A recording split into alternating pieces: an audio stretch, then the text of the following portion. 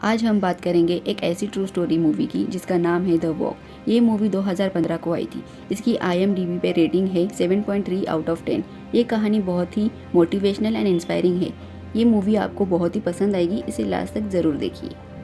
कहानी शुरू होती है 1973 में, जिसमें हमें दिखाया जाता है फिलिप्स पेरिस की सड़कों पर करतब दिखाकर अपना गुजारा कर रहा होता है। एक दिन शो में वो गलती से एक स्टोन टॉफी समझकर चबा लेता है। इसी वजह से उसके दांतों में बहुत दर्द होता है और वो डेंटिस्ट के पास जाता है। वहाँ पर लंबी लाइन लगी होती है, वो भी वहाँ पर बैठ जाता है। पर वहाँ पर एक व्यक्ति मैगजीन पढ़ रहा होता है, तो उसे देख फिलिप्स भी नकल करता है। तभी उसकी नज़र मैगजीन में छपी हुई ट्विन टावर पर जाती है, जो कि बनकर पूरी होने ही वाली होती है। फिलिप्स के दांतों का दर्द जैसे मानो गायब ही हो जाता है किसी तरह। फिलिप्स वो पेज फाड़कर वहाँ से निकल जाता है। घर आकर वो अपनी कुछ पुरानी चीज़ें निकाल कर देखता है। उसमें एक सर्कस की तस्वीर होती है। यहाँ से सीन फिलिप्स के पास में शिफ्ट होता है, जहाँ वो 10 साल का बच्चा होता है, जो कि एक सर्कस में बाबा रूडी को रस्सी पर चलता देखता है। दरअसल बाबा रूडी उस सदी के सबसे महान रस्सी पे चलने वाले आर्टिस्ट होते हैं। उन्हें रस्सी पे चलता देख फिलिप्स भी घर जाके रस्सी पर चलने की प्रैक्टिस करता है। फिलिप्स पेड़ के सहारे एक साथ 4 रस्सियों को बांध देता है, ताकि वो उन रस्सियों पे आराम से बैलेंस बना ले। और अब फिलिप्स रस्सियों पे चलना स्टार्ट करता है और धीरे धीरे करके वो रस्सियाँ कम करता जाता है। और एक दिन वो एक रस्सी पर बहुत आराम से चलना शुरू कर देता है। हालांकि उसके डैड को उसका ये काम बिल्कुल पसंद नहीं होता, क्योंकि वो नहीं चाहते कि उनका बेटा सर्कस में जोकर बने। पर जैसे तैसे फिलिप्स अब रस्सी पर चलना सीख गया है। वो अब बड़ा हो चुका है, रस्सी पर चलना सीख चुका है, पर उसे और सीखना होता है। तो वो चुपके से रात में जब सर्कस खाली होता है, तो उस समय सर्कस के तंबू में अकेले रस्सी पर चलने की प्रैक्टिस करता है। पर बाबा रूडी उसे देख लेते हैं और उसे डांटते हैं। फिलिप्स भागने की कोशिश करता है, तभी एक बॉक्स से टकराकर वो गिर जाता है। तभी वो करतब दिखाने लग जाता है। बाबा रूडी उसमें छुपे कलाकार को पहचान लेते हैं, उसे ट्रेनिंग भी देते हैं। पर एक दिन उसे ऑडियंस का वेलकम सिखा रहे होते हैं और दोनों में झगड़ा हो जाता है और बाबा रूडी उसे घर से निकाल देते हैं और कुछ दिनों बाद खुद के घर से भी निकाल दिया जाता है। यहाँ फिर से कहानी प्रेजेंट में आती है। सड़कों पर पेड़ पर वो रस्सी बांधकर अपने करतब दिखा रहा होता है, पर वहाँ पर एक लड़की गिटार बजा रही होती है। उसका नाम एनिम होता है। फिलिप्स के वजह से उसका काफ़ी नुकसान हो जाता है। करतब खत्म होने के बाद एनिम फिलिप्स से मिलती है और उसे कहती है कि ये मेरा इलाका है, तुम मेरा काम खराब कर रहे हो। दोनों में काफ़ी बहस होती है। फाइनली वो उसे कहता है कि अगर तुम मेरे साथ कॉफ़ी पीने चलोगी तो मैं तुम्हारे इलाके में कभी नहीं दिखूंगा। वो दोनों कॉफ़ी पीने जाते हैं। फिलिप्स उसे अपने ट्विन टावर के सपने के बारे में सब कुछ बताता है। दोनों में गहरी दोस्ती हो जाती है। एनिम उसे अपने स्कूल के बगीचे के पेड़ों पर रस्सी बांध कर देती है, ताकि वो रोज़ प्रैक्टिस कर सके। एक दिन वहाँ पर एक फोटोग्राफर आता है, जिसका नाम जीन लुइस होता है। उसकी मुलाकात फिलिप्स से होती है। वो फिलिप्स की तार पर जलती फोटो लेता है। फिलिप्स बताता है कि तुम मेरे ऑफिशियल फोटोग्राफर बन सकते हो। मैं ट्विन टावर पर तार बांधकर सबसे ऊंची तार पर चलने वाला हूँ, यही मेरा सपना है। तभी तार टूट जाती है और फिलिप्स गिर जाता है। इस प्रकार जीन और फिलिप्स में दोस्ती हो जाती है। इस तरह का हादसा आगे प्रदर्शन में ना हो, इसलिए फिलिप्स बाबा रूडी के पास वापस जाता है, ताकि वे हर चीज़ सीख सके। पर बाबा रूडी उसे मना कर देते हैं। तो मैं अपने सारे राज यूं ही बता दूं, जिसे सीखने में मैंने पूरी ज़िंदगी लगा दी। तो फिलिप्स कहता है कि मैं पैसे दूंगा। बाबा रूडी तैयार हो जाते हैं। उस दिन बाबा रूडी फिलिप्स को तार के बारे में बताते हैं और कहते हैं, जब तक तुम अपना तार खुद नीचे कर लो तब तक तार पर मत चढ़ना, और उससे पैसे लेते हैं। अगले सीन में फिर से वो फिलिप्स को गार्ड बांधना सिखा रहे होते हैं और फिर से पैसे ले लेते हैं। फिर अगले सीन में फिलिप्स को तार पर चलते हुए दिखाया जाता है, पर तार हिलने लगती है और फिलिप्स गिरते गिरते बच जाता है। तब बाबा रूडी उसे कहते हैं, जब तुम्हारे 3 कदम बाकी होते हैं, तुम सोचते हो कि तुम पहुंचने वाले हो या पहुंच चुके हो, तभी तुम ज़रूर गिरते हो। फिर से फिलिप्स उसे पैसे देने ही वाला होता है, पर इस बार बाबा रूडी उससे पैसे नहीं लेते। फिर कुछ हफ्ते बाद उसे एक छोटे से गाँव में करतब करने का मौका मिलता है। एक नदी के ऊपर वो तार बांधकर उस पर चलता है। बीच में पहुंचने पर उसे पता चलता है कि यहाँ पर मछुआरों का मछली पकड़ने का कंपटीशन हो रहा है। सभी शराब पी रहे होते हैं। फिलिप्स को सारे शराबियों का शोर सुनाई देता है, जिससे उसका ध्यान भटक जाता है। तो उसका बैलेंस बिगड़ जाता है और वो गिर जाता है। ये उसका पहला परफॉर्मेंस था जिसमें वो फेल हो गया। उसी नदी किनारे फिलिप जब घूम रहा था, तभी उसकी नज़र रोटरडैम टावर के ऊपर पड़ती है। उसे लगता है कि उसे यही अपना तार बांधना चाहिए, इसी तरह वो अपने आप को उभर पाएगा। रात को फिलिप्स चाबी लेकर चर्च में घुस जाता है। वो एक वॉल में मछली का तार बांधकर उस तार से मोटी केबल बांधकर किसी तरीके से रस्सी को बांधता है। अगली सुबह होते ही टूरिस्ट जैसे ही जमा होते हैं, वो तार पर चलना शुरू कर देता है। लोग उसकी जमकर तारीफ करते हैं। सक्सेसफुली वो कर्तव्य पूरा कर लेता है जो कि गैर कानूनी था। उसका कॉन्फिडेंस बढ़ जाता है। पुलिस उसे अरेस्ट भी कर लेती है, पर वो छूट जाता है। दूसरे दिन फिलिप्स अपने कारनामों के बारे में अखबार पढ़ रहा होता है। तभी उसे ट्विन टावर की तस्वीर दिखाई देती है। वो उसे भगवान का इशारा समझता है। फिर सानी के साथ अमेरिका जाता है। वहाँ ट्विन टावर के नीचे से देखकर उसके तो होश ही उड़ जाते हैं। उसे इम्पॉसिबल लगता है। तभी वहाँ पे एक वर्कर आता दिखाई देता है। वो तुरंत दरवाज़ा बंद होने से पहले अंदर कूद जाता है, एना से कहकर कि मैं आधे घंटे में वापस ना लौटा तो पुलिस स्टेशन में आ जाना। दूसरी तरफ वो टावर के टॉप पर जाता है। वहाँ उसे ये यकीन नहीं होता कि ये इतना ऊंचा है। वो डर जाता है, पर वहाँ पर एक लोहे का बीम बाहर निकला हुआ होता है। किसी तरह उस पर चढ़कर वो शांति से खड़ा हो जाता है। वो नीचे देखता है, पर वो डर जाता है और आंखें बंद कर लेता है। उतने ऊंचाई पर हवा के तेज झोंके उसके बॉडी को छूते हुए निकल जाते हैं, पर वो एक कारनामा करके रहेगा कहता है। अगले सीन में हमें फिलिप्स को जीन के साथ दिखाया जाता है, जिसमें फिलिप्स जीन को प्लान बता रहा होता है और बाबा रूडी भी उसे बहुत ज़रूरी बातें बताते हैं। बाबा रूडी कहते हैं कि तुम अपनी बॉडी से एक छोटी सी सुरक्षा केबल बांध लेना, किसी को पता भी नहीं चलेगा। इस बात पर फिलिप्स कहता है कि मैं लोगों को धोखा नहीं दूंगा, मैं बिना किसी चीटिंग के ये कारनामा करूंगा। इस बात को लेकर दोनों में झगड़ा हो जाता है और बाबा रूडी उससे रूठ जाते हैं। फिलिप्स उनसे माफ़ी मांगता है, दोनों में सुलह हो जाती है। बाबा रूडी उससे कहते हैं तुम जो कर रहे हो उसमें कुछ बात तो ज़रूर है। तभी फिलिप्स को वो एक टेप देते हैं जो कि उनके दादाजी का था। साथ में वो एनवलप भी देते हैं जिसमें वो पैसे होते हैं जो फिलिप्स बाबा रूडी को सीखने के लिए देता था। बाबा रूडी उसे कहते हैं अब मेरे सारे राज हमारे राज है। अगले दिन में हमें सभी को मैदान में प्रैक्टिस करते हुए दिखाया जाता है, जहाँ पर जीन एक व्यक्ति को लेकर आता है। उसे भी वो अपने समूह में शामिल कर लेते हैं। एक तीर में एक वायर बांधकर उस तीर से दूसरी ओर मारते हैं और उसमें वो कामयाब भी हो जाते हैं, क्योंकि रिमोट वाले प्लेन से ये काम किया जाए तो वहाँ पे काफ़ी शोर शराबा होगा। उसी रात कारनामे की तारीख 6 अगस्त यानी कि 3 महीने बाद की तय की जाती है। फिलिप्स अपना सामान एयरपोर्ट पर गिनवाता है। एक कर्मचारी से कहता है कि मैं वर्ल्ड ट्रेड सेंटर के 2 टावर के बीच तार बांधकर वहां पर चलने वाला हूँ। उस व्यक्ति को मजाक लगता है और वो उसे वहां से जाने देता है। वहां पहुंचकर वो टावर में रोज अलग अलग बेस में जाकर पूरी जानकारी हासिल करता है। एक दिन वहाँ टावर के बारे में कॉन्फ्रेंस हो रही होती है। वहाँ पर फिलिप्स एक पत्रकार बनकर जाता है और उनसे दोनों टावर के बीच की दूरी पूछता है, जो कि 140 फुट होती है। रोज अंदर जाना, अलग अलग फोटो लेना और लिफ्ट की स्पीड, काम करने वालों की सामान रखने वाली जगह, सामान लाने का ट्रक, कितने बजे गार्ड की शिफ्ट बदलती है, कितने गार्ड्स हैं, ये सारी जानकारी उसने इकट्ठा की। पर एक दिन उसके पैरों में एक कील चुभ जाती है। सभी ज़्यादा काफ़ी मायूस हो जाते हैं, पर वो हिम्मत नहीं हारता। वो बैसाखी के सहारे वहाँ पे फिर से जासूसी करने जाता है। उसे लिफ्ट में एक आदमी मिलता है जिसका नाम बैरी ग्रीन हाउस होता है, जो फिलिप्स को पहचान लेता है। दरअसल उसने फिलिप्स को नॉर्टन चर्च के ऊपर करतब करते देखा था।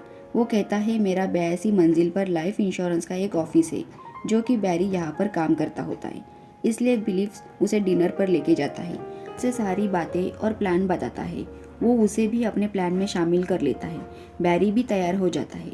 वो लोग एक शॉप में जाते हैं। वायर वाला इंटरफोन चाहिए कहता है, पर शॉपकीपर उसे लेटेस्ट वायरलेस वॉकी टॉकी दिखाता है। पर फिलिप्स उसे वायर इंटरफोन ही चाहिए कहता है, जिससे शॉपकीपर को उन पर शक हो जाता है। वो उनसे कहता है कि अगर बैंक लूटना चाहते हो तो होशियार रहना। तुम्हें क्या लगा कि मैं तुम्हारे इरादे समझ नहीं पाऊंगा? फिक्र मत करो, मैं किसी को नहीं बताऊंगा। मुझे बैंक लूटने वालों से कोई दुश्मन नहीं है।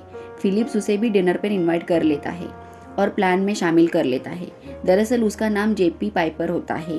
वो उसे और साथी को लाने के लिए कहता है। कारनामे को एक ही दिन बचा होता है। रात को फिलिप्स सबको प्लान 20 बार समझा चुका होता है। जीन कहता है फिलिप्स पागल हो रहा है। दोस्तों, दरअसल फिलिप्स एक्साइटमेंट की वजह से ऐसा कर रहा होता है। अगले दिन वो लोग ट्रक में सामान लेकर निकल जाते हैं। वहाँ बैरी जीन और अल्बर्ट को दूसरे टावर में अपने ऑफिस में छुपा कर रखता है, रात होने तक, जो कि साथ में तीर और कमान ले जाते हैं। तो वही दूसरे टावर में जाते समय गार्ड उन्हें रोक लेता है, पर किसी तरह वहाँ से वो लोग निकल जाते हैं और अंदर माल उतारते हैं और लिफ्ट की ओर जाते हैं। पर वहाँ एक कर्मचारी उनसे कहता है कि तुम आज वो सामान नहीं ले जा सकते हैं। जीन उससे कहता है हमें ये फीचर फ्रिज कंपनी का माल 82 मंजिल पर पहुँचाना है। तब वो व्यक्ति कहता है आज सिर्फ मिड कंपनी का माल ही ऊपर जाएगा, उन्होंने सारी लिफ्ट बुक कर रखी है, अगले हफ्ते आ जाना कहता है। सभी उदास हो जाते हैं और वही इंतज़ार करते हुए बैठ जाते हैं। फिलिप्स घड़ी निकालकर उन कामगारों को देख रहा होता है। उसे सब कुछ स्लो मोशन में दिखाई देने लगता है। रात होते ही सभी वहाँ से जा रहे होते हैं। तभी वो व्यक्ति उन्हें सामान ऊपर ले जाने की इजाज़त देता है, पर लिफ्ट में एक कर्मचारी भी साथ होता है जो कि उनके लिए मुसीबत बन सकता था। इसलिए ऊपर जाते ही जेपी उसे बियर पिलाने के बहाने नीचे ले जाता है। लिफ्ट से उतरकर वो सामान ले जा रहे होते हैं, तभी एक व्हील निकल जाता है, जिस वजह से सामान को उठाकर वो ले जाने की कोशिश करते हैं। पर तभी किसी की आने की आवाज़ भी आती है। तभी वो एक चादर के नीचे छुप जाते हैं। दरअसल वो एक लिफ्ट की खाली टनल होती है। घंटों तक फिलिप्स और जेपी उस लोहे की पुल पर बैठते हैं। उनके भारी जूतों से उनके पैरों में काफ़ी दर्द होने लगता है, इसलिए फिलिप्स जूतों को उतारता है। तभी उसके पैरों में खून दिखाई देता है। एक पेन से कपड़े में छेद कर फिलिप्स बाहर देखता है। उसे एक वॉकी टॉकी दिखाई देती है। उससे वो काफ़ी डरा हुआ होता है। उसे देख फिलिप्स को भी डरावने ख्याल आने लगते हैं। घंटों बीत जाते हैं। उन्हें लगता है वहाँ कोई नहीं है। वो दोनों बाहर निकलकर सामान छत पर लेके जाते हैं। तभी फिलिप्स को एक गार्ड सोता दिखाई देता है। जीप गार्ड पर नजर रखता है तो दूसरे टावर से जीन और अल्बर्ट उसे दिखाई देते हैं। फिलिप्स उसे तीर चलाने का इशारा देता है और छिप जाता है, पर तीर टकराने की आवाज़ नहीं आती। तीर में लगा मछली वाला तार उसे महसूस होना चाहिए, इसलिए वो पूरे कपड़े उतार कर उसे ढूंढने लगता है। उसे वो तीर मिल जाता है। जीप की नज़र हटते ही वो गार्ड गायब हो जाता है। गार्ड चला गया समझकर वो सारा सामान उठाकर ऊपर लाने लगते हैं। प्लान के मुताबिक वो उस तार से मोटी रस्सी फ़ोन को बांध कर नीचे खींच लेते हैं और टेप से केबल जोड़ देते हैं। तभी वहाँ पर वो गार्ड आ जाता है। जेपी वही अंधेरे में छिप जाता है और फिलिप्स बाहर की ओर। इससे पहले कि गार्ड को वॉकी टॉकी दिखती, उसे किसी का कॉल आता है और वो चला जाता है। उसके जाते ही फिलिप्स मोटी रस्सी उस तरफ भेजता है, पर तभी वो तार हाथ से छूट जाती है। सारी तार नीचे गिरने लगती है, पर फिलिप्स तार के कोने को पुल से बांध लेता है, जिससे तार बच जाती है। उस तार को फिलिप्स टाइट करता है। तभी वॉकी पर अल्बर्ट उसे कहता है, इस रफ्तार से अगर हम करेंगे तो तार कभी समय पर पूरा नहीं बांध पाएंगे। तार भी मजबूत नहीं बंधी है। मैं तुम्हें मरता हुआ नहीं देख सकता। मैं जेल भी नहीं जाना चाहता। मैं जा रहा हूँ। फिलिप्स कहता है, अगर तार समय पर मजबूत नहीं बंधी तो मैं ये कारनामा नहीं करूँगा। थोड़ी देर बाद जीन बताता है कि अल्बर्ट एक कैमरा छिपाकर ऊपर लाया है। वो सारी तस्वीरें खींच रहा है और उसे बेचने वाला है। वो जा रहा है। अब मैं अकेला हूँ, पर अच्छी खबर ये है कि तार बन चुकी है। पर मैं अकेला क्या करूँ? मुझे उस पर तो पहले से ही भरोसा नहीं था। फिलिप्स कहता है, तुम ये काम अकेले ही कर सकते हो। तुम ही मेरे ऑफिशियल फोटोग्राफर हो। इस तरह फिलिप्स केबल टाइट करता है। तभी लिफ्ट चालू हो जाती है। फिलिप्स जेब को जल्दी करने के लिए कहता है, पर जेब को ऊंचाई से काफ़ी डर लगता है। किसी तरह फिलिप्स उसे मैथ्स के क्वेश्चन पूछकर उसका ध्यान भटका कर उसे नीचे लाता है और केबल टाइट करवाता है। तभी वहाँ पर एक अधिकारी आता है। वो खामोशी से उन दोनों को देखता है और इधर भी फिलिप्स हाथों में पाइप लेकर उसे मारने के लिए खड़ा होता है, पर वो अधिकारी बिना कुछ कहे वहाँ से चला जाता है। उसके जाते ही फिलिप्स कोने में जाकर अपने कपड़े चेंज करता है, पर तभी उसका ड्रेस नीचे गिर जाता है। वो बौखला जाता है, पर वो बिना उस कॉस्ट्यूम के एक रॉड लेकर तार पर अपना पहला कदम रखता है। उसे तार के अलावा नीचे कुछ नहीं दिखाई देता। वो अपना दूसरा पैर तार पर रखता है और चलना शुरू कर देता है। उसका पूरा भार तार पर होता है। तार पर चलकर वो दूसरे टावर तक पहुंच जाता है। वहाँ पर जीन और अल्बर्ट उसकी तस्वीरें खींचते हैं। नीचे एनी, बैरी और जेपी सभी का ध्यान फिलिप्स के करतब की ओर आकर्षित करते हैं।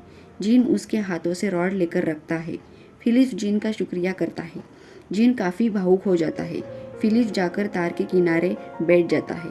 फिलिप्स तार पार कर चुका था। करतब पूरा हो चुका था। तभी वो आगे के टावर को देखता है और उसे लगता है कि टावर उसे पुकार रहा है। उसे तार पर फिर से जाना चाहिए, तो फिलिप्स फिर से तार पर जाता है। सेंटर में पहुंचकर उसे कुछ महसूस होता है। दरअसल वो शुक्रगुजार महसूस कर रहा था। फिलिप्स के पैरों से खून निकल रहा होता है, पर वो फिर भी अपना घुटना टेक कर तार को सलाम करता है, दोनों टावर्स को और फिर न्यूयॉर्क को। नीचे से लोगों की भीड़ तालियों के साथ उसका अभिनंदन करती है। फिलिप्स खड़ा होकर आगे बढ़ता है। तभी उसे पुलिस वाले दिखाई देते हैं। वो जेब को हथकड़ी लगा देते हैं।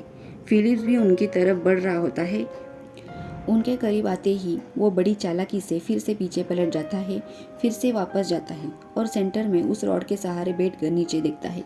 उसे एकदम शांति और सुकून महसूस होता है, जरा भी डर नहीं।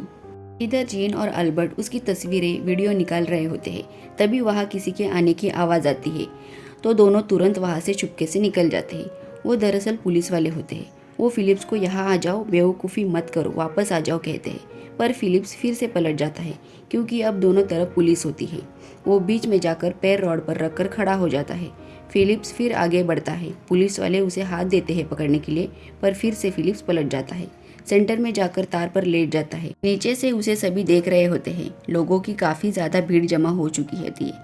वहाँ पर लेटे हुए फिलिप्स के सामने अचानक एक परिंदा आता है उसे आगाह करने के लिए, एक अनजान खतरे से। वो फिलिप्स को घूरता है और फिर उड़ जाता है। फिलिप्स उठकर चलने लगता है। अचानक उसे लगता है कि तार उसका भार उठाकर थक चुका है। टावर्स भी आपस में बात कर रहे हैं। तभी तार से लगी लकड़ी के टुकड़े हो जाते हैं, नट निकलने लगते हैं। तार जोर से हिलता है। फिलिप्स गिरते गिरते बच जाता है। पर तब फिलिप्स तय करता है कि अब वो करतब खत्म कर देना चाहिए। तभी वहाँ हेलीकॉप्टर आ जाता है उसे नीचे उतारने के लिए। उसके पैरों से काफ़ी खून बह रहा होता है।